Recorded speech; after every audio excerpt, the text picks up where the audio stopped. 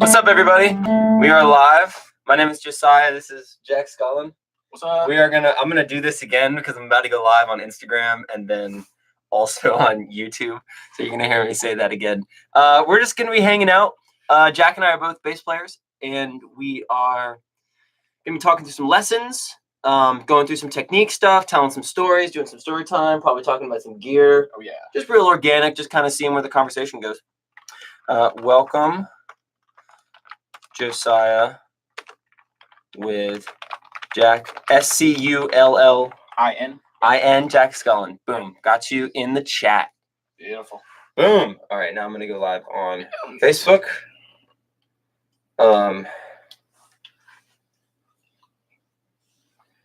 Bass player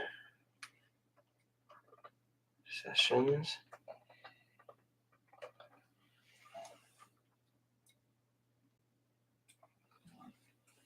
With Jack Scullin. Boom. Oh man, I messed that up. Can't spell.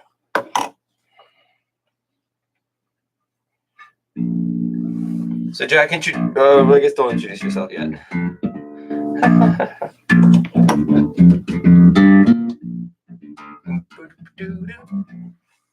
What's up, everybody? Josiah and Jack. Yo, we're gonna do some stuff. All right, now I'm about to go live on Instagram. Hang on. I'm doing the trio. Hey. All right, we are live on Instagram as well. Give me 1 second, guys. I'm gonna pin a comment. Bass player sessions with Jack Scullin. Sick. Pin comment. We are off to the races. All right. Wow, we're live on 3 platforms right now. Beautiful. How's that feel? Let me turn mine on. All right. Let's do it. Sick. I've never done this before. I've never gone live on I'm on live on Instagram, live on Facebook, and live on YouTube. That's wild.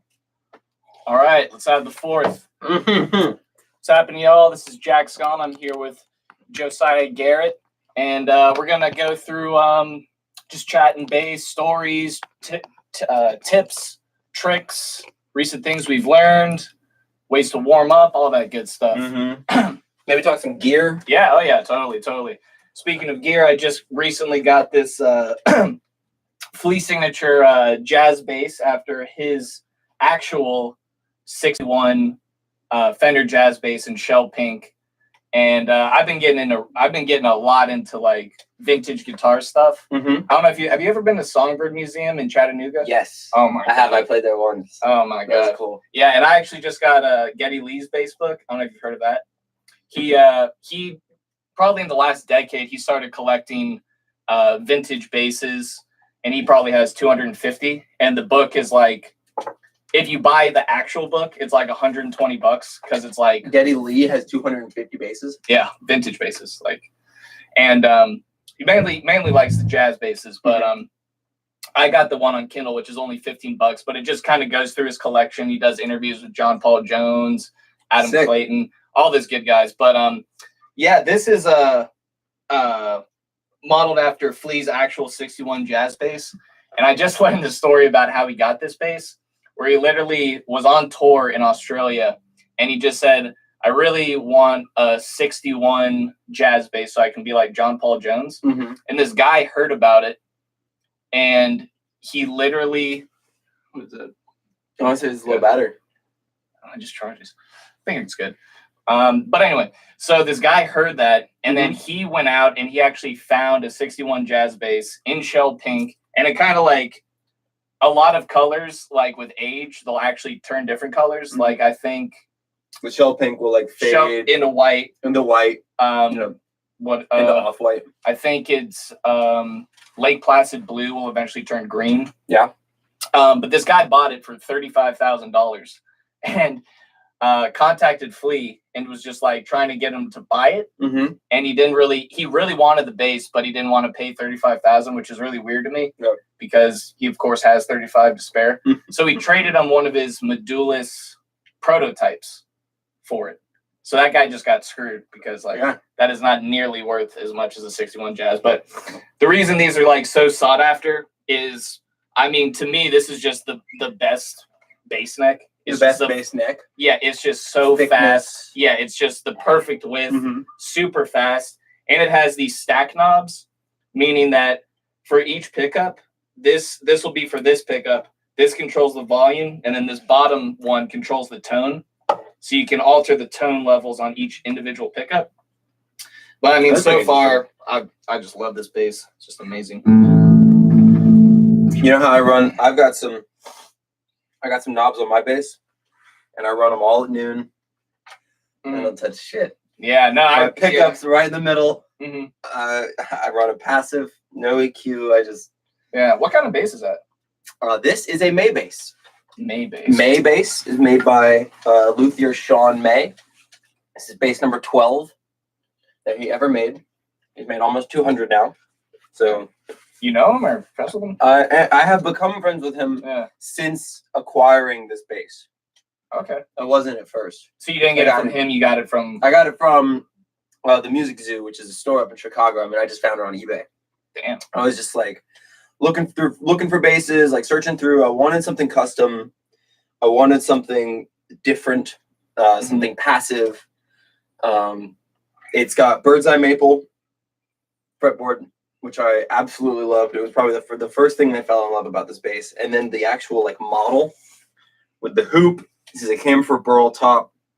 This is walnut on the pickups, and then Babinga, and I think it's a heartwood inlay here in the middle. And I think this is also swamp ash. And so, I mean, it's just got a lot of different kind of woods. I mean, it's a piece of art, really. Oh, yeah, man. It's a single through neck, yeah. Yeah, I just knocked my hat off. But it's a single through neck, so it's one solid piece that goes all the way through. It's not a bolt action. That's beautiful. I love that horn, too. I remember when I got it, dude, I was like, I felt like I was playing art, man. Honestly, I didn't feel like I deserved it because it was so clean. It was just butter. Oh, yeah. Well, it's just still been butter ever since. So, yep, it's a May bass. Yeah, my pride and joy is the very first bass I ever had was a Squire P bass, and I Frankensteined it. Mm-hmm. So now the only original thing is the body. I put a fretless neck on it. Yeah. DiMarzio pickups. New bridge. And like got a windshield ice scraper. Like when it's in the morning, you have to like get the ice off your windshield to see.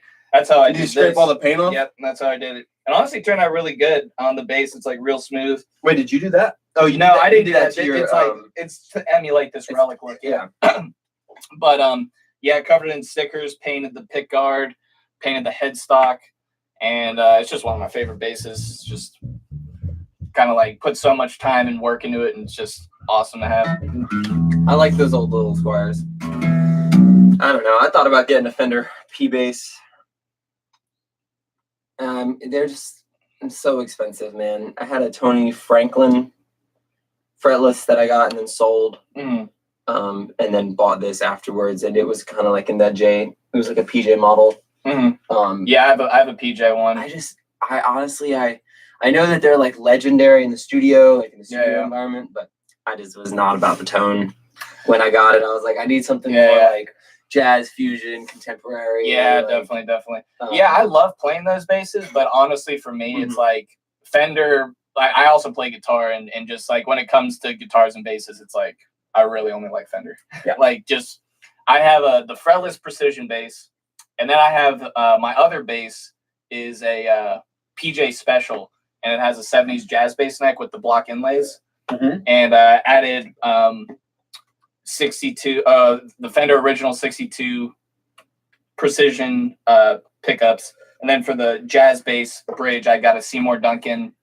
Antiquity 2, which is modeled after the ones he made for Jocko for his bass. Oh, cool. Yeah.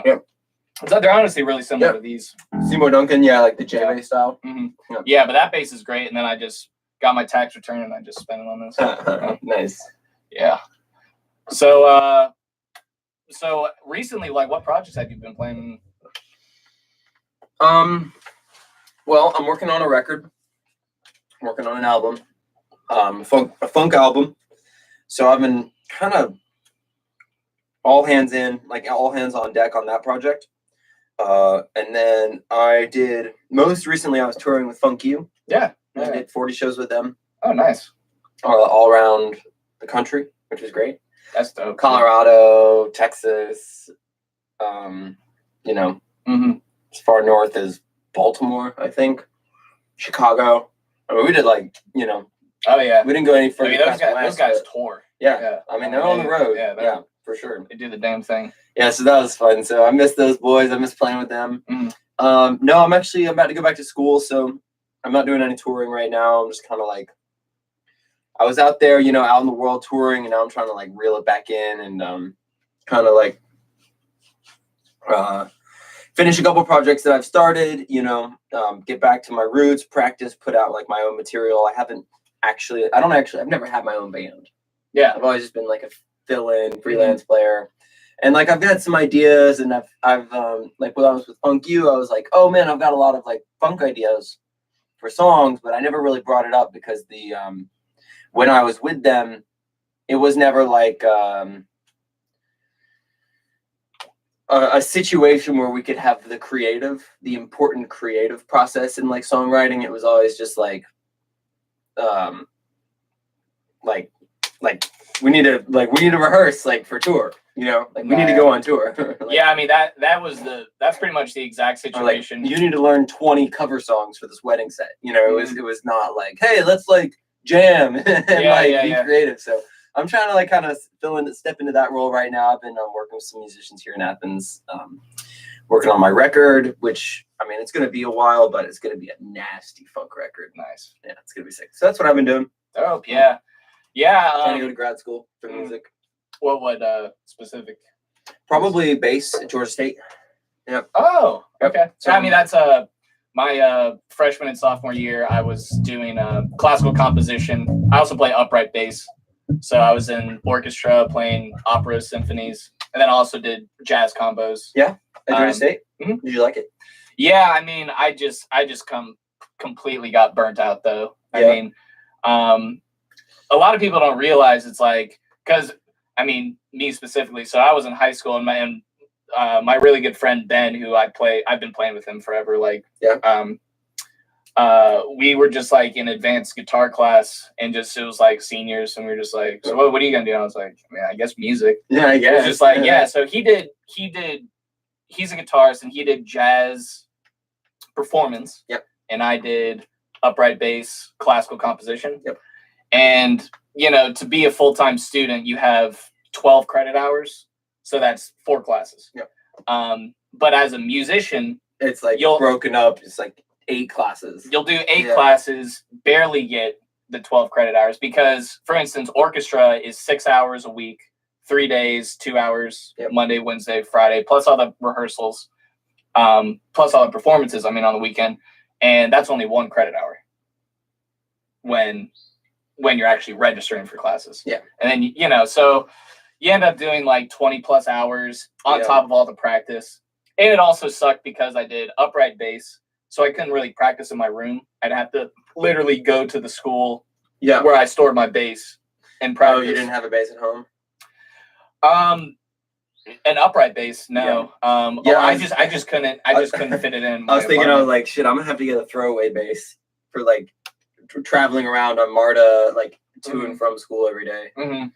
Yeah, and it was great. Like I learned a lot. Able to learn music theory, and I also do a lot of classical composition.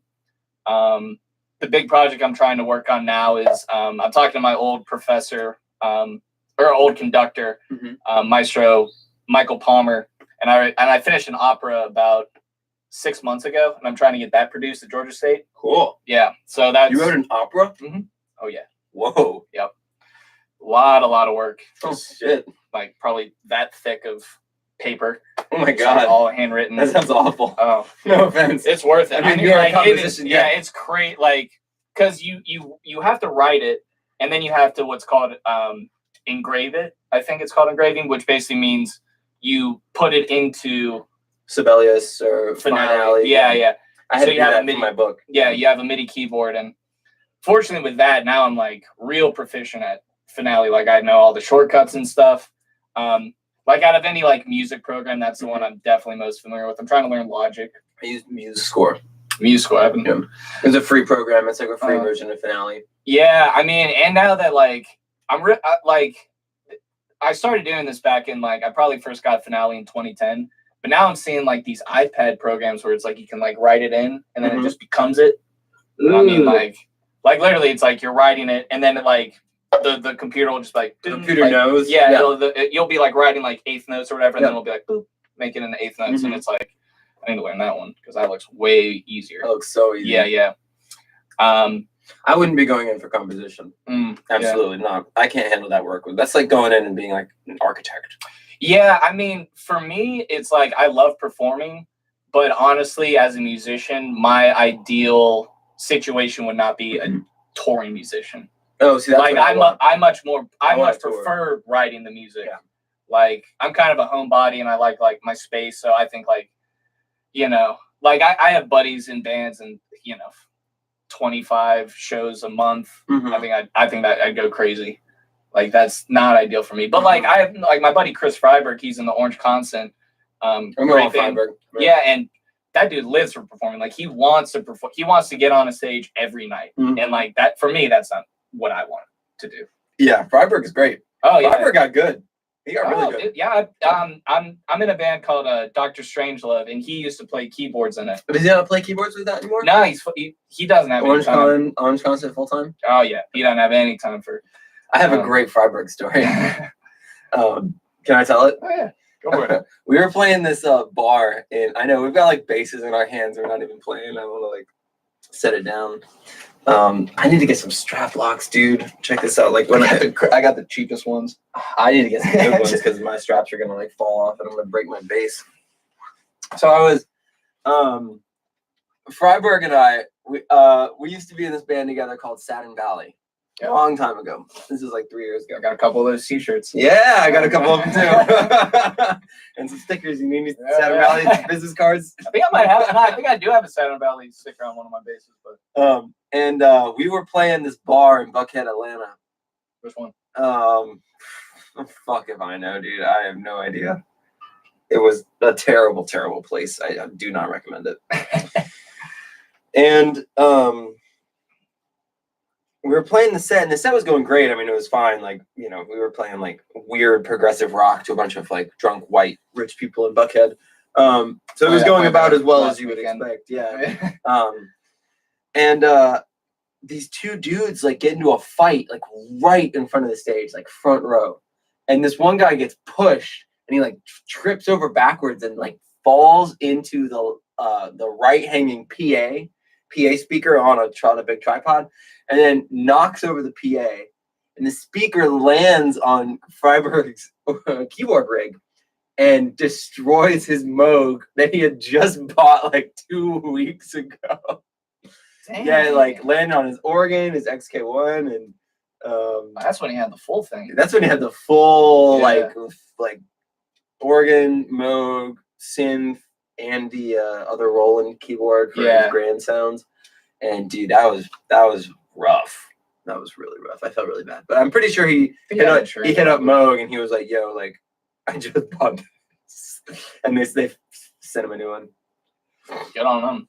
Dude, that was brutal. And then like the dude didn't even apologize. They just bailed. They just but it like stopped the song, like it stopped the set. It was like that bad. Oh yeah. Like all his keyboards just like fell to the ground. Oh, that's brutal. That was awful. That's why I don't want to do that. That's why I'm going to music school as a grad student, because I want to skip the bullshit of having to play those bars and go straight to like having the connections to get picked up and do a real tour. Yeah, definitely. I'm trying to just like put in the work and do the grind and build the rep. And not play for 2 years so that I can. Yeah. Once I start playing again, it's like with upper echelon musicians and like touring artists with like real management, like Definitely. really nice agencies. Yeah. Yeah. I don't care what kind of music it is. I just want to be out and playing. See, I would like when it comes to touring, like I don't know if I'd necessarily want to do a lot of touring, but like for me, I've always wanted to be like a studio musician. Yeah. Just like play. That's hard. Oh yeah, I mean, but that's you got the bass for it. Yeah. This baby. Yeah, that guy in the 78 P bass. Yep, and I got try and get that P bass tone. Oh, I love it. You just can't beat it. But what was I saying? Probably out of tune. Yeah, but yeah. So Chris was playing with us in Dr. Strangelove, and speaking of funky, we actually produced our first album with Will Clark. Yeah, he has his own studio and does great work. Yeah, oh yeah, Prada. I've been down there. Yeah, a couple times. And yeah, that band we haven't played in over a year because we pretty much released our album, and then like within a month, our drummer was like, "Hey, I got an offer from my job to move to Colorado, and they're offering me double the salary." Yeah, and it's kind of like, yeah, all right, bye. You got to do that. Yeah. Yeah. But we finally got a new drummer, so hopefully doing that project again. But this past year, I haven't really been playing too much bass. I've my main gig has been doing mandolin. Yeah, I've been playing with Ben and what's called the Skull and Fraser duo, and we're gonna have a gig tonight, but it got canceled because it's outdoors and it's gonna storm. Yeah, it's gonna storm.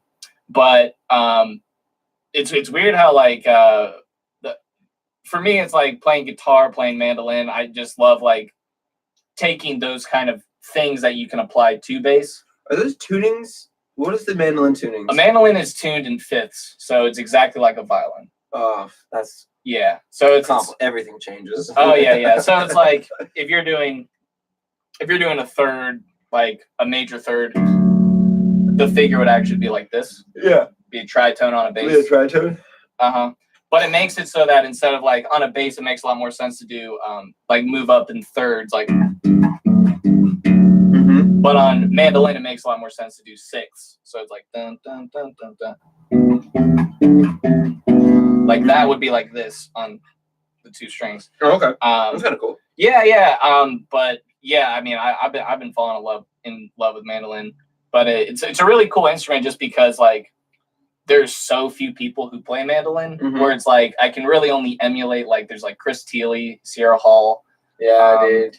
Chris Thiele is Chris Thiele might be just like the best musician. I wanted to talk to him so badly when the Punch Brothers came into town, and he went I saw that show. Straight to the tour bus. Yeah. And I waited outside. I was committed. Yeah, if you want to know how good he is, there's a thing called the MacArthur Genius Award, and it was established by this super rich guy. And it's been going on, and they basically, you can't enter in the contest, but every year they pick someone, and they just give them $500,000 for just being exceptional genius and whatever. Chris Thiele won. Chris Thiele won that probably 3 years ago. You know, he was the second youngest author in Mel Bay history at 19. But he probably released his first album at 10. Yeah, well, that's what it was. It was a transcription of one of his albums. It's like an album that had already been commercially successful in the bluegrass scene as like a teenager.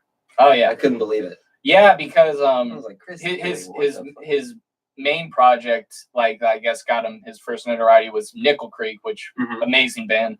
But that was basically like a bluegrass jam session, and like those three kids. Is your camera still going, by the way? Might have been off. Yeah, I saw it. It just blinked on. But yeah, so Nickel Creek, his dad plays upright bass in the bluegrass scene, but basically Nickel Creek is just three prodigies. Yeah. There's like a prodigy guitar player, prodigy violin, and Chris Thiele, prodigy mandolin player. And they just hooked up, made this amazing trio. Yeah. Have you seen Billy Strings? Nah. Play? Yeah. He's got a good band. He plays guitar in a bluegrass group, but they like do some really organic jams. They do some really interesting like jam grass. But this is really good, and he's a young kid too. Oh, nice. And he's kind of blowing up on the scene. Yeah, and Chris Thiele just did some songs with the Fearless Flyers The guy Really? from Wolfpack, yeah. Sick, dude. He I has love 2 that. songs. Nate Smith and Joe Dart. Joe Dart, man. Ba-doo-ba-doo-ba-doo-ba-doo. Yeah. Bum, bum. I don't know, actually. I don't know how to play that song. Deantown, yeah. Deantown. I never learned Deantown. You know it? Will you teach me Deantown real quick? I don't know it. I know Town. What is that? That's the Jocko. Oh, fine. Jocko, man. Jocko's really good. I used to want to be like that. And then I realized that nobody really cares except other bass players. Yeah. I was like, it's just way better just to like boom, boom, Yeah. boom, boom. Yeah, I mean he's for me, he's still just like my favorite bassist. Just like I just think he's bar none the best. Jocko? And, oh yeah. Dude, I don't know who the best bass player is. I really like Oteil Burbage. Mm-hmm. He's amazing. George Porter Jr. He's amazing. George Porter Jr. He was the bass player for the Meters. Yep. And he does a lot of like solo work. You know, he just like sits in with everybody these days. Oh, okay. Yep. Yeah, I mean, for me, I like Carole King. Oh yeah. Studio legend. Oh yeah. Motown. Mm-hmm. Bob Babbitt. Who's he? Another Motown guy. Another Motown yeah, guy. he did. It was basically him and James Jamerson. He was in the Funk Brothers. Same. So yeah. He did like Signed, Sealed, Delivered. No, Once in a Lifetime was James Jamerson. John Entwistle, I love. Yeah. I've just been recently getting into the Who. Like, I've always like been a fan of like the singles, but like the Who is great, dude. You got like all right. I was only familiar with their just like that studio stuff, but then I started watching their live videos.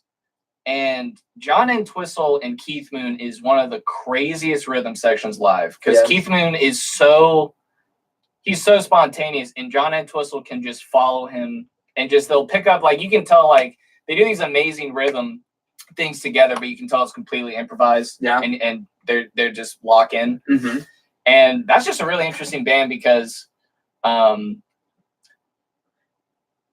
what's his name? Pete Townsend. He's such like an open player. Like he like plays big chords and lets it sustain. And then the drums and bass fill in all that space. It's just like a classic. Yeah, and I mean, as far as like bass goes, like Jocko's credited with like coming up with a lot of like the techniques, and there's like Larry Graham is said to like start slap, but John Entwistle kind of like did everything. Like he was doing tapping stuff, popping stuff. He didn't do like thumb and tap, but he would always be like, and just like he'd do like runs like, yeah. Oh yeah, the 3-finger. I can't do 3-finger. The gallop. Yeah, I can't do it.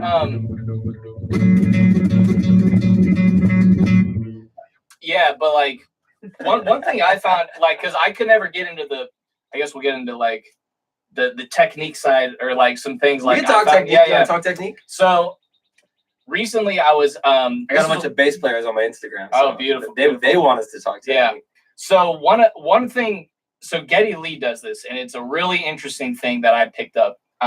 So he basically plays with one finger, where James Jamerson would play with one finger, but he would call it like the hook. And you would just do like, but Geddy Lee would kind of do. He has a very like. It almost sounds like slap. It almost sounds like. But what he does is he goes. Oh, he like does the in and out. Up, yeah. Oh, my finger doesn't like that. And you get this like real cool, like kind of like percussive, like. And look at my shaker, I'm telling you.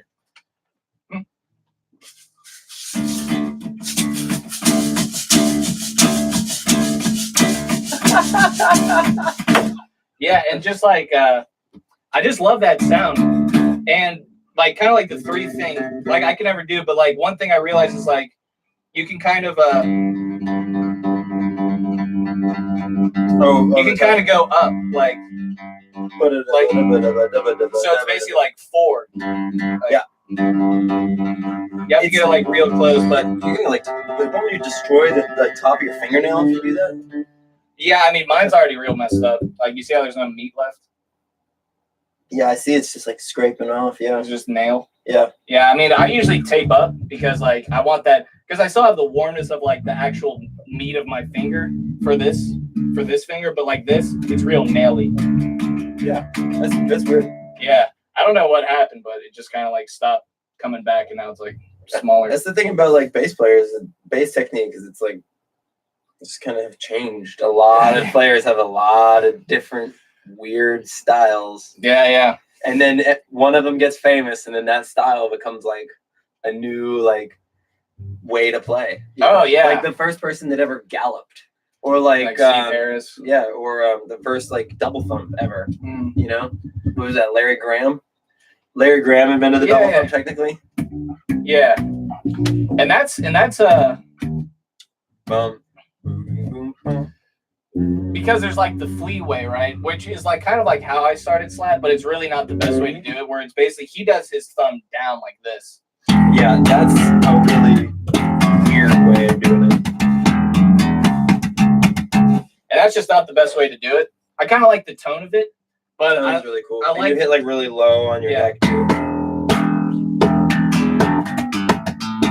Yeah, I can't really do it too well anymore. But yeah, I definitely much prefer the kind of like you use your thumb as like a pick where you go down and up. Yeah, down and down and down. Yeah, I think it's way more efficient. Yeah, that's Larry Graham all day. And that's kind of like that kind of tone is really similar to the Geddy Lee. Yeah. It kind of sounds exactly like it, really. But yeah, one really cool thing I've been starting to learn from this Victor Wooten video is what he does. So you start out with most of the time you do down, up, and then you pluck on the up. Yep. But you can do that all on one string. So you can do like, and it's like a real cool. It's one of those things. It's like I think with any kind of right hand technique, the best way to like learn it is to just like basically lay in your bed and watch TV and just like do it during commercials. Just do it like just kind of like not even think about it. Like just kind of like get your hand muscle memory. Yeah, absolutely. Because it's like you comprehend. It's like yeah, it's just down up.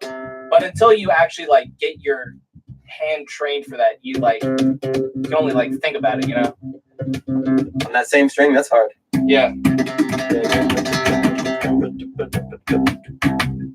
Yeah, on any string except the top string, that's mad difficult. Yeah, but yeah, one exercise I would do to like learn it is I would do. I think the key is to basically like when you're on these lower strings. I feel like cutting in the top of my nail. You know, like on the string above it. I think you might. This is a 5 string, so you might have a little bit wider bridge spacing than I do. Yeah. So you do a little bit. So there's just a little less room for me to like kind of get in there. Yeah. And as a 5 string, I actually have a wider bridge spacing than normal. I have a bigger neck than most basses. Like this one. See, that's one thing. I've never been a 5 string guy. Like it limits you in a couple ways. Well, for me, it's like I've never really wanted to go lower than a D. Like than a low D, and if I do, then I'll just go to drop D. You know, because like I never feel like. See, I like it. You know, I like it, but it's like that low C. It's just so low. It's just like, and like a B is just way too low. It's just like. So it's like whenever I think about a 5 string, it's like just go to drop D. Or I would do. I think John Ferraro isn't his 5 string where he has a high C instead of the low B. Yeah, but he also plays in drop E flat. He plays in E flat. He tunes down a half step. Oh yeah, because he wants to hit low E flat and not low D for some reason. Yeah, and that's one guy. See, I've never been big into like tapping Well, actually, I kind of do. Like, I love the Billy Sheehan stuff, but it's kind of another thing where it's like I like watching Billy Sheehan, but I never really like listening to him. And what's that song? Addicted to That Rush. Have you heard that song by Mr. Big? Oh, it's crazy. He does like this tapping thing where it's like, it's kind of like the Eddie Van Halen, where it's like you do on your left hand the same as your right. So you do.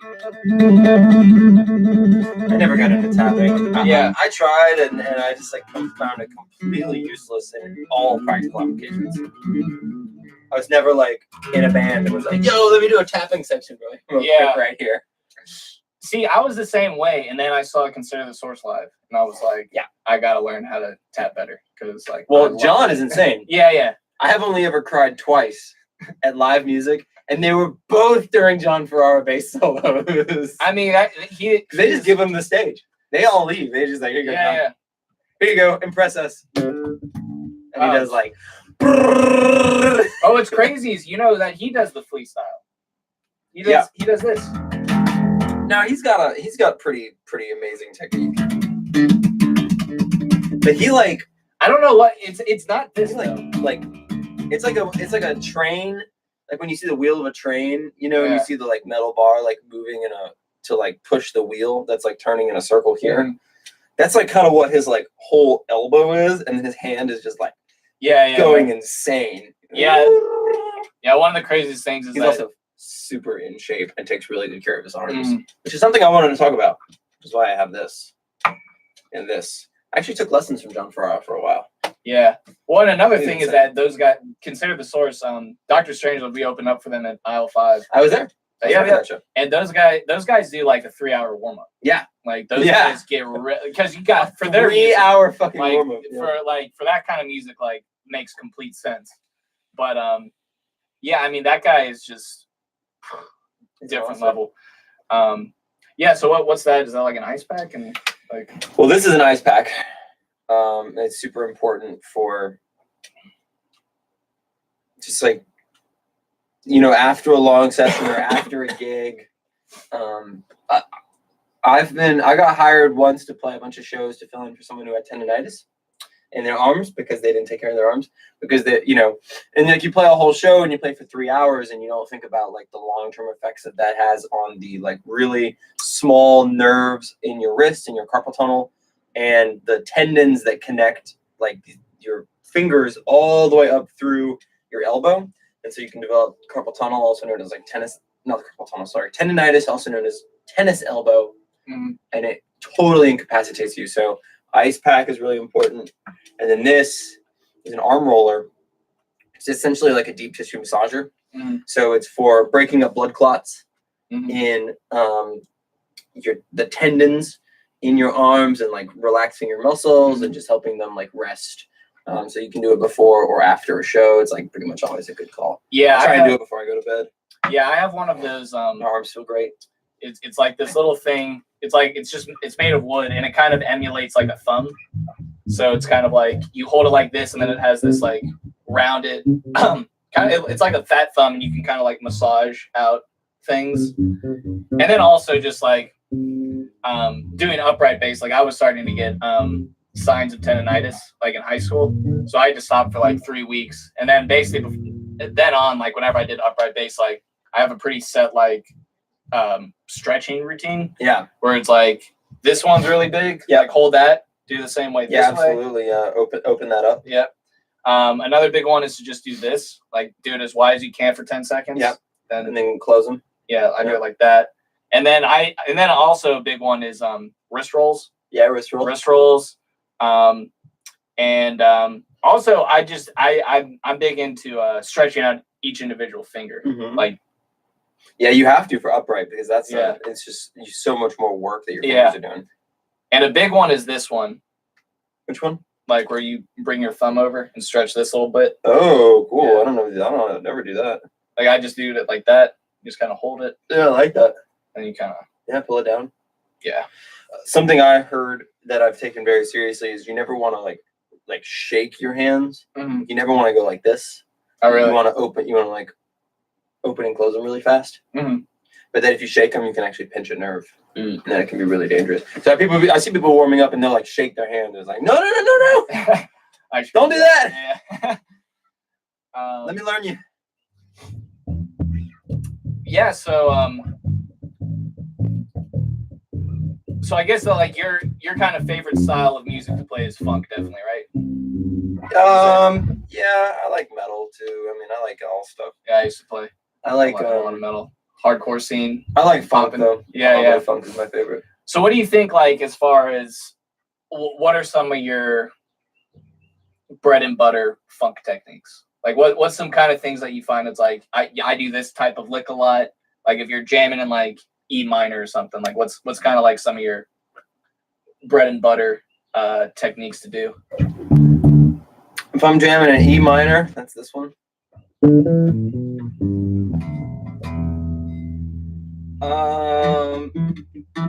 I mean, funk is all like pentatonic world. Yep. So being able to move around pentatonics in a way that isn't repetitive, in a way that is interesting and new, is really important. Mm-hmm. So I'll do like variations of like, if I'm ascending, I'll do like leads and then I'll jump back. So like.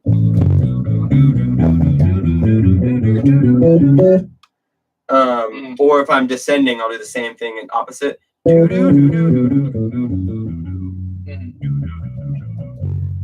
And that is a really cool way of moving around pentatonics. Yeah. And then you can also do them in like groups of 3 or groups of 4. 1, 2, 3, 1, 2, 3, 4, 1, 2, 3, 4, 1, 2, 3, 4, 1, 2. And you know,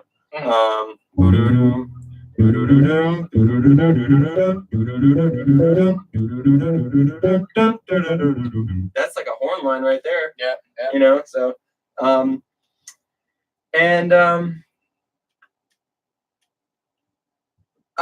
passing tones are really important, like knowing when to use color in funk, when to use flat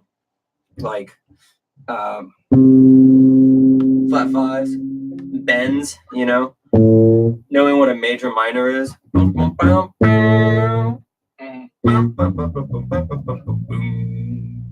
know, and so there's like some color, some like music theory that you need to know to be able to put color in the right places, like flat 6, major 6, for example. Yep. So like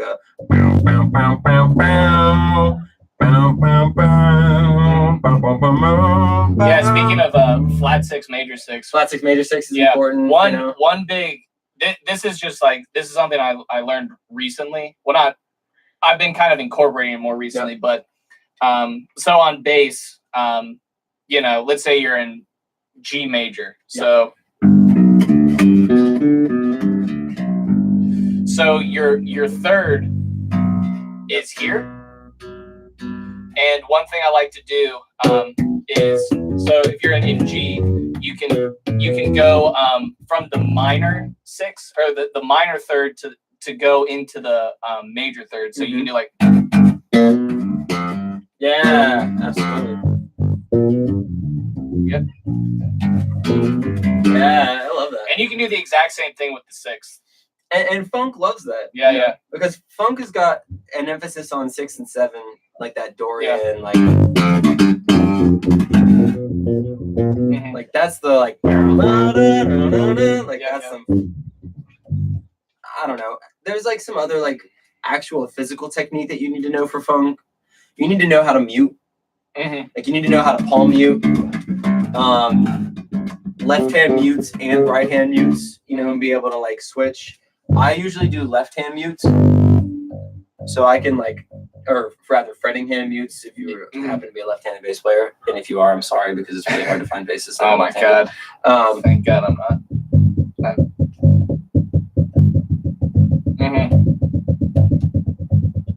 Yeah, just ghost notes, dead notes. Which is, you know, kind of important. Like what is hip? You know? Oh, tower power.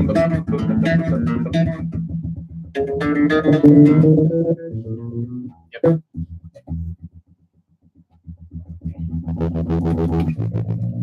You kind of like builds up into that using like ghost notes. And that takes years and years of like of finger strength and practicing. Yeah, staccato, not ringing, playing the frets in the right place, no buzz, finger strength. I mean, it's all pretty much standard bass technique. Like a good hook. Those kind you know of the hook, like wrist shape. Like some bass players will be like, and they'll like have their thumb wrapped over the bass, like, and you really want to have your thumb like behind the neck of the bass because the thumb controls limits exceed. The thumb controls where, like what position you're in. If you're in a first position leading with your index, or if you're in a third position leading with your pinky. Yeah, like that's kind of what I basically an upright bass. So since it's fretless, it's really, really important to have that. I call it a C shape. A C shape? Yeah. Yeah, like exactly. holding a doorknob. Yeah, like holding a doorknob. Because having that C shape is really, really important for upright bass, and here's why. So if you're playing flat, like your thumb's flat, and this finger if it's angled, isn't on top, then when you're flat or something, you can't really adjust. You can't really make it sharp. But if you have that nice C shape, you would do that. You can actually you can make the minutia adjustment. Yeah, and when you're playing upright bass, that's like essential because there's no fucking frets. Yeah, there's no frets, and it's like you'd be like, no, this is where it is. But like if you're playing with an orchestra or whatever, you have to make those minor like bring it up a little bit, bring it down a little bit. And if you have that collapsed wrist, it's not only bad for it, collapsed wrist, but like you want to be like really on top of it, and it also just versus like you're just not as mobile. You're just not as mobile. Yeah, you can do so much more. Yeah, but another funk trick this is something I really like to do because it's an easy way to get a do compressor if you want to be a funk bass player. That's what else I have to say. Yeah, I usually do I used to have a really good bass EQ, and that was good, but I've never really had a compressor. Dude, it's so worth it. Yeah, I need to get one. But I got too many pedals as it is. But a really good funk technique that I like to do is because it's really, you can do it really fast and it's not a lot of effort, and it'll kind of go into another technique I like to do. But you just do and you can do it really fast because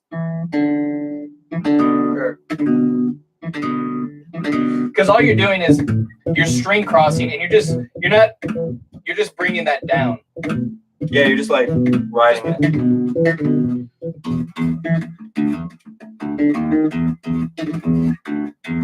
Yeah, it's I know what you're talking about. I'm sure that there's a term for that where you just like ride down all of the strings. That's like something I'll do subconsciously and not really think about. Like not be like, oh, I'm gonna use this here, but I'll just happen to, to like be in a groove. Yeah, because for me, it's not something I really think about, but it's something that's like, oh, that's cool. Yep.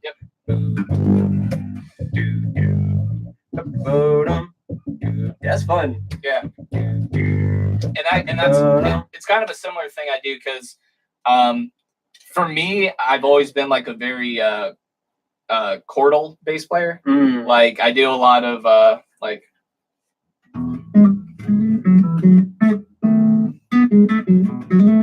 we're also classically trained, so like ooh, wow. That was pretty, dude. Practice that one a bunch, I imagine.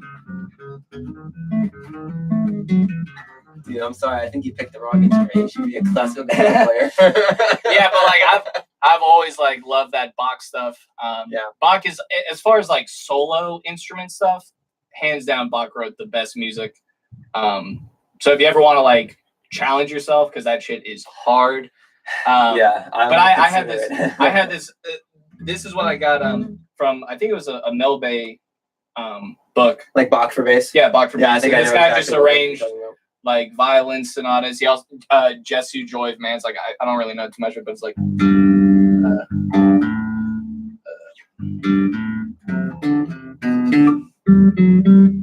can't really remember it. But it's just like, Yeah, that's it. just like some crazy shit. But speaking of like this, I learned my triad. Like I know all my triad shapes, but like I really haven't spent too much time into chords. Yeah, like I know how to like fucking, like where things are in arpeggiating, in a scale, but yeah, I don't know really chords. See, the thing is, like, Much less, I love pretty basic stuff. I love it like, because I'm a big fan of like my favorite basses for the most part are in like 3 pieces, where when you playing bass to me is completely different when you're playing with 1 guitarist versus playing with 2 guitars. When you're playing with 1 guitarist, you have to fill in more space. So I just ended up doing a lot of like when I'm playing with 1 guitarist, like just like fill in the space. Yeah, big chords, like yeah. Mark Dykes does that a lot too. Who? Mark Dykes. Oh, is that? He's a new bass player for Funk You. Used to play with Machine Kid and Sumo. Oh, nice. Yeah. Yeah. He loves those big chords. Yeah. I can't even do them. I don't even know how. I do power chords. Power chording. Yeah. Like, my bass tone doesn't sound good for that at all. Yeah, I mean, it's good for a jazz bass, but like,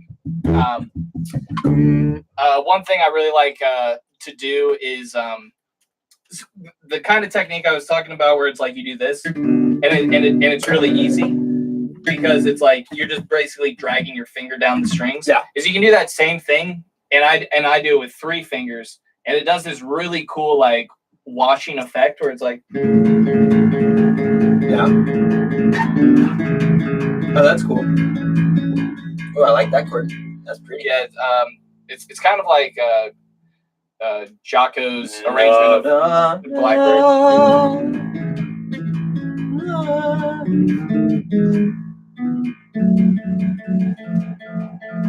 But that's gorgeous, actually. I love it. I that with like a chorus pedal. That's one of my favorite pedals to use. Speaking of, I love. Run me through your chorus. pedal rig. Oh man, you don't have a compressor. Yeah, which is the only pedal that I have. So tell me what you got. All right, so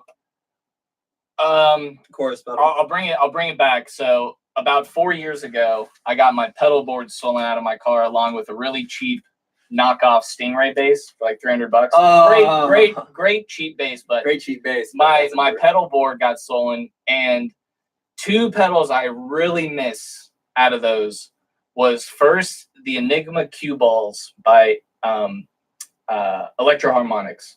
Best envelope filter. I know on the bass. cue balls. Yeah, so it's one of those pedals where it's like. Well, I know the cue balls. Yeah. All envelope filters are like this, where it's like you have to get the knobs so like at the perfect level, and then once you find that like perfect tone, you're just butter. But then it's like you'll pack up, and then one of the knobs will move, and then it's like I lost it. It's like I can't remember. But like I had this dialed in setting on the cue balls, because most of the time it sounded bad. Like most envelope filters, if you don't have the knobs right dialed in, it sounds bad. It just sounds bad. But like when you have the knobs just right on that envelope filter, and that's like one of my favorite pedals. And I'm sure since you like funk, you love envelope filters. I actually have a Digitech synth wall out there. Oh yeah. Which is it's got a couple really nice envelopes. And it's pretty manageable. It like it's not super finicky. Yeah. But I hear you. I was watching a documentary about Red Hot Chili Peppers, and they showed like all of the pedal boards. And he plays cue ball. Well, I don't know if it was a cue ball in there per se, but I remember it was like 4 or 5 of the exact same envelope filter pedal glued into different positions for like. So that, I have 2 envelope filters. Yes, for that exact reason. And they were like seriously like super glued into place so that they wouldn't move, so it would just be the consistent sound. Yeah. I thought that was pretty funny. But that pedal got stolen, and I haven't replaced it. But the pedal that I miss so badly was this Carl Martin bass chorus. It was a $320 pedal. I asked it for Christmas probably when I was in high school. And let me tell you, that pedal was just the best chorus pedal. That was my favorite pedal ever. And the tone you hear on Jocko Continuum, which is like one of my favorite tones, you could get that exact tone. Oh yeah. And I I got the insurance money from like getting it stolen, but I ended up getting a really cheap, which I have currently is a Dodd. It's The DoD chorus. $25 used as music go around, but honestly, sounds really good on DoD bass. makes good pedals. So You ever played their meat box? The no. DoD meat box pedal. The only DAWs I've played is that one and their envelope filter, and I wasn't a big fan of the envelope filter. I wasn't a big fan of the envelope filter either. The meat box it's an octaver. Oh, nice, yeah. But it's a sub octaver. It's pretty nice. Yeah. Moving on to my octave. I have the OC3. Yeah. Which is great pedal. Mm-hmm. And speaking of pedals, I'm a big believer in. I think it makes total sense. Always buy pedals used. Like go to used music shops. Music Go Around and Little Burn is probably the best one. Yeah. And just scope the scene. Just go every 5 months. Yeah. See what they got. And we've got Musicians Warehouse here in town. Oh yeah, that's another local. Mm-hmm. Yeah. Did you hear Guitar Center's going out of business? Really? Yeah, you didn't hear about that? No. Is this recent? Yeah. I mean, there are people speculating about it. Yeah, that's apparently Guitar Center's just been hemorrhaging money for years. Yeah. And is like completely. I mean, I don't know the specifics, but I know that like people are like, "Oh shit, Guitar Center's like might go out of business." I mean, it doesn't surprise me. They tried to switch to the. Hey, we also teach lessons, but I have some friends that are teachers actually. Yeah, no, I mean, honestly, it's like I love Guitar Center, but it just makes sense. I buy most of my gear off Reverb. Yeah, I don't buy anything from Guitar Center ever, unless I'm in an absolute pinch in a town I've never been before. Need a cable and I need a cable or a string or it's something. I don't know. Yeah, I mean, or I just have $100 that I want to like go get a fuzz pedal or something. Yeah, you know. Yeah, I mean that doesn't surprise me. But that's a damn shame. Yeah, I don't know. It's the whole landscape of retail is shifting, and like the whole landscape of giving lessons. Like I tried to set up a online platform where I could attract students and give lessons online, and it is so difficult. I couldn't convert anybody. I gave away hundreds and hundreds of copies of my books to people, but it's just really hard when you don't like have a institution in place where people who want to take lessons are already willing to go. It's really hard to like attract students. Or if you're like John Ferraro, who's just an absolute madman monster, like who wouldn't want to take a lesson from him? So it's all changing. I mean. I'm in there's places like Jam Play and like Reverb. I mean, I wouldn't be surprised if Reverb started to do like lessons. They made like a lessons portal because you can make some money on that, like an online lessons portal. Yeah, or classes, kind of like LinkedIn Learning or Creative Live. That's good. I'm gonna DM David Lowery about that. Yeah, I mean, because like my day job is digital marketing. Digital marketing. Oh yeah, you know all that. And I mean, you see that landscape shift. Like you said with conversions, man, it's like out of 5,000 impressions, you might get 1 or 2. What a shame if you're lucky. I mean, I have a ton of people be interested, and I would email people all the time. Yeah. And I just couldn't actually like. Get them. People were like, yeah, you should probably give lessons for free in the beginning to start out. And I was like, I don't want to give lessons for free. Like, I know exactly how that's going to end. Is I'm going to give a bunch of lessons for free and be even more burnt out than I am already. So I'm just trying to be a badass and, I don't know, go to grad school. Yeah. And I just bought this this course where it was like $270. And I haven't watched the videos yet, but now you're me thinking about that. It's like learning how to like basically get a lot more Spotify streams through advertising. Basically, like kind of like hacking their algorithm. Where it's a really interesting concept. Where basically you do your ad budget, like let's say it's $100, and you just make it so that it's it's an ad where you can instantly open up Spotify where it's like, check out this song. And then it has a button where it'll take you directly to Spotify, directly to your song. And you put all your budget in like a 3-day window and you just like blast people with it. And the theory behind it is like, you do that. And then that signals to Spotify that people are digging your music. So I've seen it where it's like, So it starts getting organic. Yeah, you'll get the streams like this, and then you'll do the budget, and then you have this kind of like spike, and then it goes back down, and then like a week later, it'll go back up. Go right back up. Spotify will start throwing it on some Discover Weeklies. Exactly. Yeah, I've the whole like playlisting meta is really interesting right now, and I don't know whether it's a better ROI to spend money on like direct to consumer advertising, like Facebook, Instagram, advertising, even like, you know, Spotify advertising, or if it's better to like hire a playlist company, like Playlist Push, that takes your song and distributes it out, kind of like the Publicist of the old magazine days. Yeah. Like, do you stay DIY and hope that your song is good enough to like build organically, or do you just go ahead and fork over the like, maybe it's $300 for Playlist Push, but you're like kind of guaranteed a more middle of the road like organic growth, you know, like linear growth, whereas advertising is kind of like a crapshoot. Yeah, because if Spotify doesn't want it, then they don't want it, you know. Yeah. Well, that's a really interesting thing about right now, where a lot of bands kind of still do the old model where it was before the internet, where they think it's like, we're going to grow by touring a lot and hitting these markets. Yep. But I think now it's like, you gotta build the market online. You have to get people like to listen to your Spotify stuff, listen to your music, make a lot of videos, like literally just have a rehearsal, and then you just set up a camera like this with a boom mic. That's what we're doing. We're content marketing right now. And then because I think with digital marketing, the problem a lot of people have is that they don't realize, and it's with any marketing really, how much work is required. How much work and consistency. Like if you want to, and it's the same thing with like bass playing, where it's like you'll be playing a lot, you'll be practicing a lot, and you feel like you're not getting better. And you just keep putting this work, and it's just like, oh, I'm not getting better. But then you have these like days where it's like, boom, like you just feel like it's like, oh, like, now I can finally do that thing and that I've been practicing. Yeah, and that's kind of how advertising works. It's like you keep pushing out, you keep getting the brand awareness, and then it'll just be this day where it's just like it worked. Yeah, it's a really weird thing. Take 10 years. It's a really weird thing. It's but that's kind of one thing that I think is a lot better.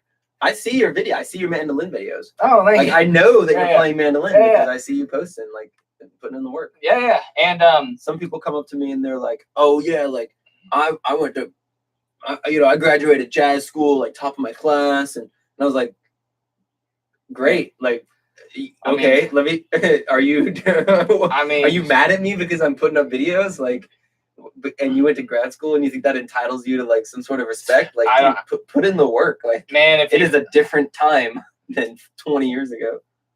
It's not good enough to just be great. Speaking of jazz musicians, you have to be great and know good marketing. Jazz killed itself with just like how arrogant most jazz players are, and just like they are just so stuck in like the Miles Davis, John Coltrane era, and they just like Giant Steps was like the pinnacle of it. Yeah, and just like so snobby, and it's like it's no wonder that no one wants to listen to jazz, no one wants to engage with it, and it's kind of a sad thing where it's like I do a lot of classical stuff, and it's like I wish classical was more popular, but the reason classical music isn't popular is there's no stars. Yeah. The biggest names have been dead for 300 years. It's Yo-Yo Ma, and that's like the only. And he's playing old music. Old music. Yeah, there's no and all contemporary. Hans Zimmer. I like Hans Zimmer. He writes music. Yeah. film score. I mean, that's Pirates of the Caribbean. Yeah. Oh, my live stream ended. Oh, that's pretty good. 52 viewers. Oh, sweet. I'll just leave it there. I'm not gonna restart it. Yeah, but just like most contemporary classical music, and one of the reasons I left studying it is because it's like the music is so gimmicky now. It's like I'm going to make a song with the most dissonant chords, where it's like a strange ensemble, where it's a xylophone with a viola and then a timpani. And it's just like both of those mediums have killed themselves. And the reason I think that rap is dominating right now is you can push songs really quickly. You can create rap songs really, really quickly, mixtapes really quickly, just have a beat. a guy can freestyle over it. It's Yeah. kind of like, but that's, Easy. but the bigger thing, the reason, Barrier of entry is much lower. yeah, and the bigger thing, the reason I think that rap is the most popular genre right now, really kind of the genre when you think about it, as far as pop music goes, Yeah.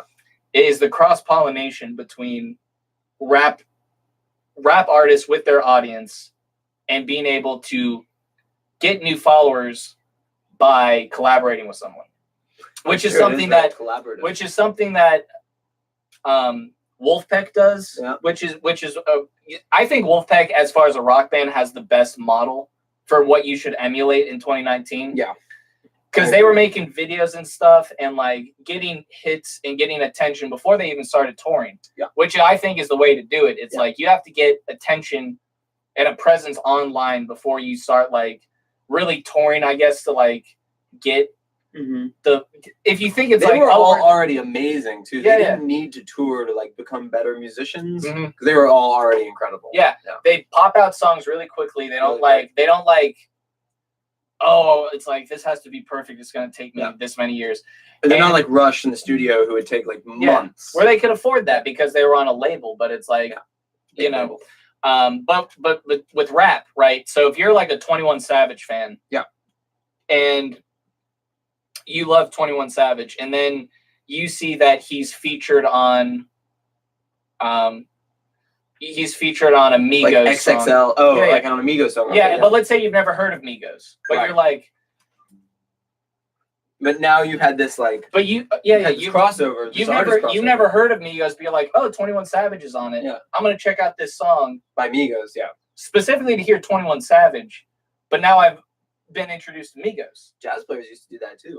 Yeah. Cross pollinate all the time. And that's one thing that I The think jam scene does it also. exactly. Yeah. Well, if you want to talk about what's the most popular form of rock Yeah. right now, it's jam. It's probably jam. Yeah. And the reason is because with jam, people love the live.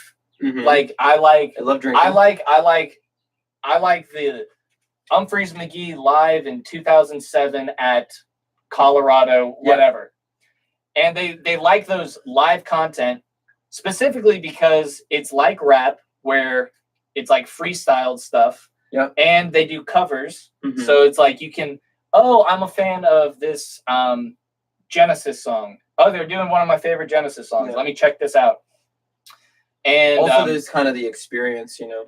oh yeah, and like you There's, said, they cross pollinate. the consumer experience, like Mhm. you know, moving away from like, oh, I have like the vinyl of like the first press vinyl to more like, oh, I was like at the show. Oh yeah, You know, it's like, oh, we're like kind of an experience based yeah, and age right now. yeah, because it's a really interesting time. Like as speaking of like Guitar Center going out of business, it's like it's because there isn't that big of an interest, I guess, in like guitar, bass. Like a lot more people are going towards more like, oh, I'm gonna learn how to produce beats. Ableton. I'm gonna learn how to make EDM songs. Yeah. The The landscape is changing. Yeah. I kind of worry about being a bass player actually moving forward, because it's like, damn, like, are people still gonna play bass? Like, are people still gonna play bass in like 20 years? Or is it gonna die? Is it like as an instrument gonna die? Is it gonna get replaced by 808s and sub basses and Moog synth basses? I mean, I love all of those things, and I actually have a great desire to learn how to play synth bass. Yeah, I have a little micro chord where I do some. Yeah, I mean, it's fun. No, I think I just don't know what's gonna happen, man. I'm a little worried. well, I mean, the thing is, it's like, so. But if you have to be incredible to like push the art form and keep the art form alive. Oh yeah, but I think John Ferraro's done more for slap bass in the last 10 years than Victor Wooten has. Oh yeah. In my opinion. Oh yeah. I mean, because he just completely has changed everything. People are like, oh shit, like, oh yeah, Victor Wooten was like cool in the 90s, but like there are new players pushing the boundaries of what we thought was possible on this instrument. Oh yeah, definitely. And I mean, I think just right now, it's like the music that's most popular right now is associated with what is most what is best paired with social media. Yes, that's true. So another reason I think rap is really big right now is because social media really well. Because they can flash money, do like interesting things where it's like check out this crazy watch. Check out this grill. Has built-in like beefs. Built-in beef. Like, beef Everybody loves drama. That gets trending. Yep. But I think it's just it. As far as like bass dying out, I don't think so. In the sense where I think we're at the kind of tipping point now where I think people are getting tired of EDM. People are kind of getting tired of rap, and I think it's like something else will come very soon. Which will, because think about in 2010, 2011, EDM wasn't that popular. And then like an artist like Skrillex, it was like drum and bass. It was like kind of underground, yeah. It was underground, and then Twin, and then I think like an artist. I think for me, my big introduction where I was like, "What is this?" was like Skrillex. Yeah, me too. Everyone was like, "What is that?" Wow, like, everyone I was remember like Skrillex, that. yeah. And then the first time I was like, "I love this shit." Yeah. And then for the next like 5 to 6 years, the biggest pop songs would be like an EDM beat with like, you know, the breaks or whatever. It'd be like some girl singing about whatever, and then it would do the da-da-da-da-da-da-da. And then it'd be an EDM drop, and you'd be like, EDM drop. This happen? I'm gonna use the restroom. Oh yeah, I got it. Sorry, I'll be right back. Hold that thought. Coming right back. Facebook.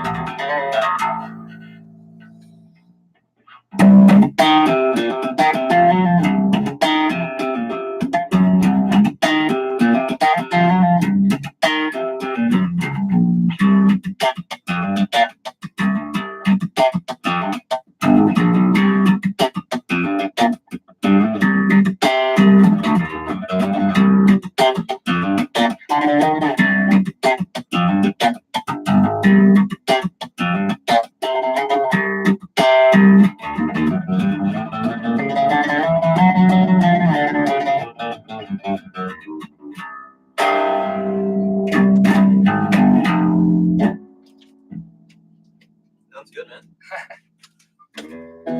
Sounds very good. Hello, 2 people watching me on Facebook Live. I'm just gonna say hi. Just waving. so what were we talking about? Rap? I don't know, man. What were we talking about? Yeah. I'm gonna get my phone. Yeah, so I mean, I would say like we were talking about like the biggest pop records would be like EDM based or like rap based. Yeah. And I mean, I think people are kind of shifting over because it was so well paired with social media. But I think people are so used to social media that I think it's gonna evolve back into. I think we're gonna have like some kind of renaissance. That's what I believe. I think rock is dead right now, pretty much. But I think rock will beat pop soon. Oh no, I didn't turn on my Wi-Fi for that live stream. I'm a dummy. Sorry. Are you good? No, the quality. Oh, the quality is okay. Sorry, I gotta micromanage my digital content. No, that's fine. That's not too bad. Hey, what's up, Drews? Oh, I really should have turned on my Wi-Fi. Dumbass. Yeah, I don't know. Rock is kind of. I agree that rock is kind of like has saw its peak and is now fading. And like, there's a couple old grungy rock bands that are a little pissed about it. But like, did you see that? Like, I don't remember who it was, but it was some like classic legendary rock band, like the Doors or something, or Jim Morrison said it's like we're gonna get replaced by some guy on a laptop. Yep. Yeah, that was Jim Morrison. Yeah. Yeah, and I mean, yeah, but like, you know, you the next big hit is gonna be made by some kid in his bedroom on a fucking laptop. You know, like the Old Town Road, the Lil Nas X song, like that was that's a garbage But that fucking song. goes back to I hate that Yeah. song. no, me I'm too. just gonna say it. The beat, it's not even well produced. It's the lyrics are terrible. It's like not even good singing. The dude's from Sweden. He's like not even like. Well, no, that honest. goes back to the biggest reason that's popular is because it's Oh, memeable. It's memeable. It's like It's so how hip hop and pop culture have like smashed into this. Yeah. You know. it was We can't very control it. I can criticize it, but I'm like acknowledging that we can't control okay. it. Yeah, Right. so that's another that reminds me of another thing. So it's like it's kind of like with advertising now, where advertising. If you watch TV ads now, they're like they've always been pretty bad, but they are awful now. And I think the best ad campaign of the past like decade was the Colin Kaepernick Nike ad. That was pretty cool. Yeah, that Why? sparked a lot of controversy. Because it was memeable. Yes. People reproduce that in thousands of ways, with rephrasing that tagline. I think it was like to sacrifice. What was it? Do you remember? I don't remember. It was something like where it was like Luckily, I'm not in front of my computer. To get something, you have to lose everything. Something along those Something lines. like that. But it became like, Nike had a spike in sales, and it spread like wildfire. And the reason is it's like Nike didn't really have to put a lot of ad money into it once it became viral. Everyone else was doing it for them. Everyone else was sharing that ad. And that's kind of like how it is with music. It's like, we know that Lil Nas song because like I was flooded with it on my Instagram feed when it came out, when it had Billy Ray Cyrus, and all these different memes. And then it was like, all right, I'll listen to it.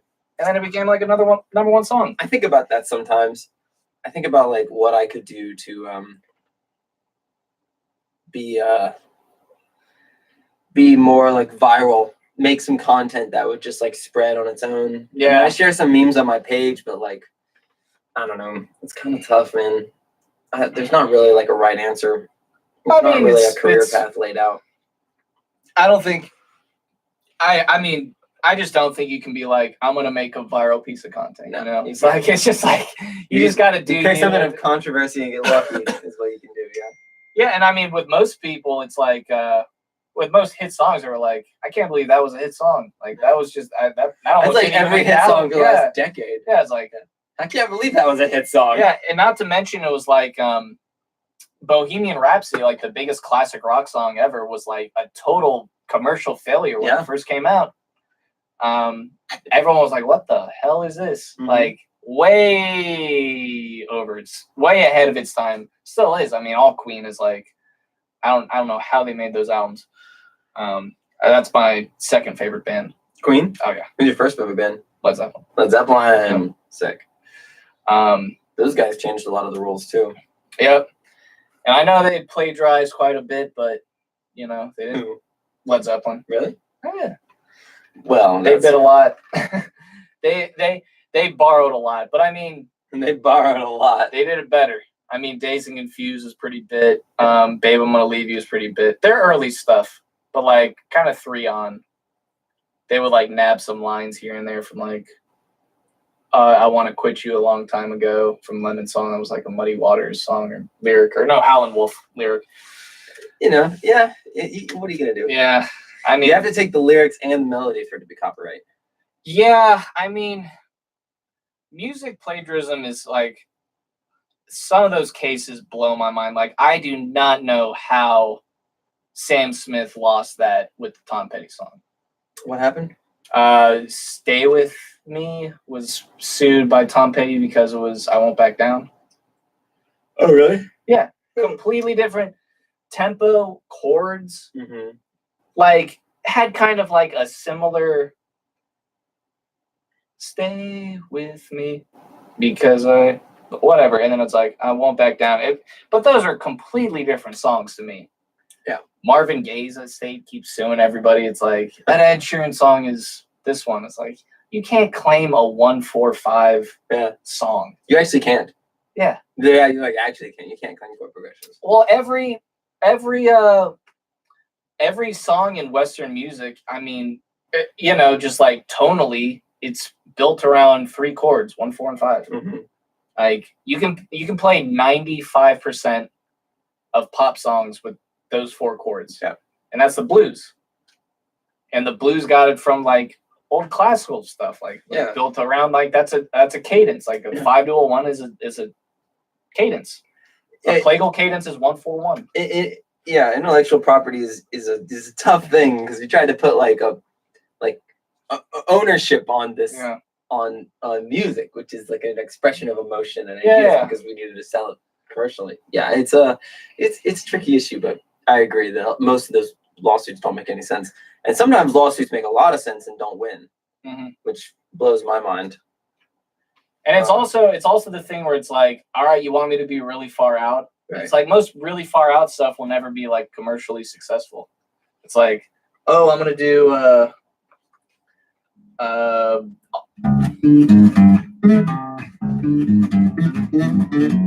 like augmented stuff. Like augmented, like do. No, augmented is commercial. What are you talking about? That sells. Yeah, I mean most people, like, I kind of equate it to where you have like a musical palette. And a lot of people can only, like, let's say it's like someone is used to eating, they're a really picky eater. All they eat is chicken fingers and fries. Yeah, it sounds like they're gonna. And you serve them, this is a Kobe beef, 60-day dry age with caviar, blah blah blah. And they're like, ew, this is weird. This tastes weird. I don't like it. It's like most people's musical palates are like their ears can only really handle like, you know. Yeah, pretty simple stuff. That's how we were before we really got into music. You know, just like most people like. I've grown a love for that though. Actually. Yeah.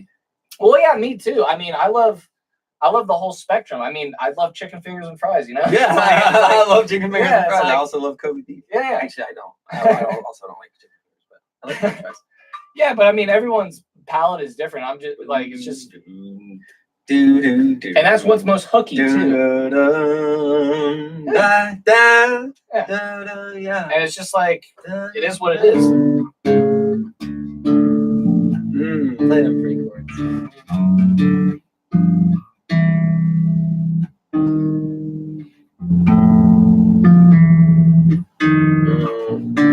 Classic.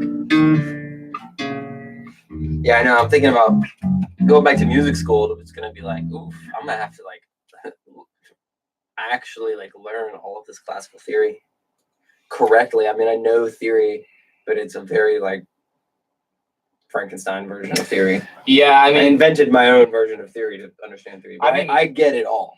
I see it all, you know, because bass is a linear instrument, so it's really easy to apply the symmetry of the bass, like thinking about patterns and just scales and fourths and patterns, and you can kind of see the big picture. Yeah. Like when it comes to a piano, like piano theory, like I'm like, ooh, complicated. Yeah, I mean, that out of like the 2 years I was at music school, I mean, definitely the most. Like I have 12-tone theory, like I know that. Yeah, serialism. Yeah. Like Schoenberg and. But like the best thing that I think I got out of music school was taking 4 semesters of music theory. Like, probably, yeah. Yeah, because like I learned like out of everything I was doing, like that was like the most beneficial to me. Did you graduate with a music degree? Or did you I graduated psychology, music minor. Psychology? Yeah. From Georgia State? Yep. I went to Georgia State for a year. I'm also kind of just going back to school to like make some bigger connections, some like more important recommendations, and like kind of trying to get a little better footing in the professional. Oh yeah, definitely. I mean, that's something that I want to do myself. I mean, I love, you know, I love like playing pickup gigs with people like at bars and stuff, and like, but I'm trying to like play the big games. Trying to play the big game. Faux show. All right. Well, we've been going for a minute. Yeah, I've been going for a minute. We're at an hour and a half coming up. I guess we can end it with what do you think is the most important thing that you can do from like a business side with music? Because like you're really good at like the music side of the business and like knowing what like a musician needs to know to like what do you think a musician who's trying to like make a career, what information you think is like most crucial to know, or like what information should they, if they're trying to make a career in music? Don't have a backup plan. Like if you're actually trying to make a career in music, you have to be 100%. No shortcuts. You got to understand that like dreams require sacrifice. Yep. So it's the question you should be asking yourself is not what are you willing to do, but what are you willing to sacrifice? Yeah. To make it. That's like some more philosophical advice. If you're looking for something more practical, I would say I like this thing that Gary Vee says a lot, which is like, don't worry about like the follow count, the subscriber number. Just be real. Just do you. Do it 100%. Put out content every day. Be authentic.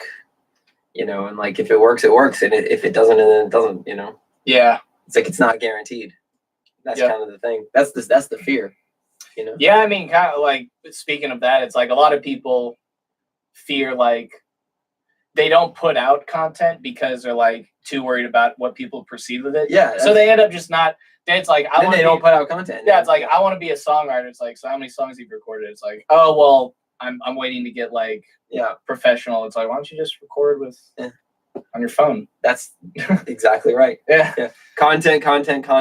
Yeah. Perfection is insecurity in disguise. Oh yeah, that is what I will say. Yeah, that is the biggest one. Like when it comes to music, do not be a perfectionist. And even more important is never try to appeal to an audience. Man, always do you. Always there's an audience out there for you. You just got but the thing is it's like you have to play what you like, and as long as like basically if you write a song and you love it and you show it and everyone hates it, I still consider that a success because I like it. Yeah. It's not about you. Right. And one of the coolest things I ever heard, which I completely agree, Cedric, the singer from Mars Volta, said this, where it's like the difference between an entertainer and an artist, and he was talking about how he considers himself an artist, is an entertainer concerns No, we're almost done. An entertainer concerns about what the audience thinks. An artist only cares about what they think about it. That's smart. Is that Cedric the Entertainer? Cedric Bixela, whatever. Cedric the Entertainer, the lead singer of Mars Volta. But yeah, I've always thought that's just like the illest way to think of it, because it's just like you have to be like righteous. Like you have to be like, I like this, and it's like I don't get it. It's like, okay, what? Like you have to be bulletproof to criticism. Yeah, you have to be bulletproof to criticism. Like, because the thing, if someone says I don't like it, well, it's like, who are you? Yeah, it's like I didn't do it for you. It's like you can have your opinion, but it's not like I'm not gonna change it to make you like it. I like it. That's all that matters. Yeah, that's it. That's some good stuff. Yep. Yeah, some good words. All right, man. Hey, thanks, man. that was a good time. Yeah, this was fun. You're welcome to stay and chill and jam if you want. Ah, shit, man. I'm about to meet up with Chris, actually. Oh, Freiburg? Yeah. Nice. You doing anything? Maybe. I don't know. Probably some stuff I should be doing. Yeah, I think we're about to go grab like lunch or something. He's probably nice. Where are you guys going? You said some taco place. Goodbye. Yes.